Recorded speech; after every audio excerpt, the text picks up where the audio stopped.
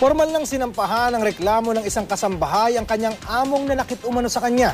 Sa tindi ng panggugulpi na kanyang tinamo, nangangamba siyang mabulag.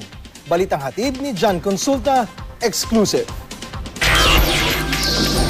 Halos di raw makilala ang muka ng 22 anyos sa si Bonita Baran nang umuwi siya sa Catanduanes. Sa loob daw ng 2 taon niyang pamamasukan bilang kasambahay sa Quezon City, halos mayat-mayang pagmamalupit umano ang kanyang sinapit sa kamay ng amo.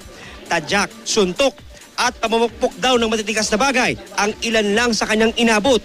Nabasag din daw ang isa sa kanyang ngipin sa harapan at naiba na ang itsura ng kanyang tenga sa tindi na magpapahirap na dinanas sa kanyang amo sa tuwing napagbubuhusan ng galit.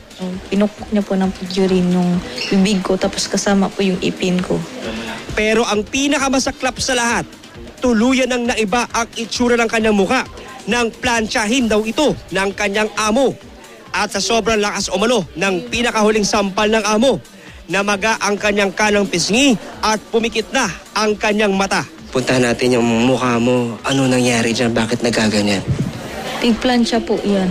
Pag kunting pagkakamali, pag hindi maayos yung pagplansya ko, nagagalit siya tapos kinuha niya tapos pinansya sa mukha ko.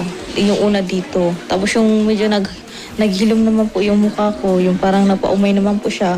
Ulit na pigplansya, ulit naman yung mukha ko dito. Pinagbantaan din umano siya na masasaktan sa oras na magsumbong sa mga otoridad. Di raw siya dinadala sa doktor sa tuwing nakakaranas ng pananakit at pinapainom na lamang ng gamot para maghilom ang mga sugat. Naghain na ng reklamo ang biktima sa Provincial Prosecutor's Office laban sa amo. Tumulog na rin siya sa DSWD sa Catanduanes para humingi ng tulong. Matindi ang sa kanya, hindi lang physical abuse, kundi emotional, psychological. Andiyan na lahat na abuse sa kanya. Kailangan daw operahan si Bonita para di mabulag.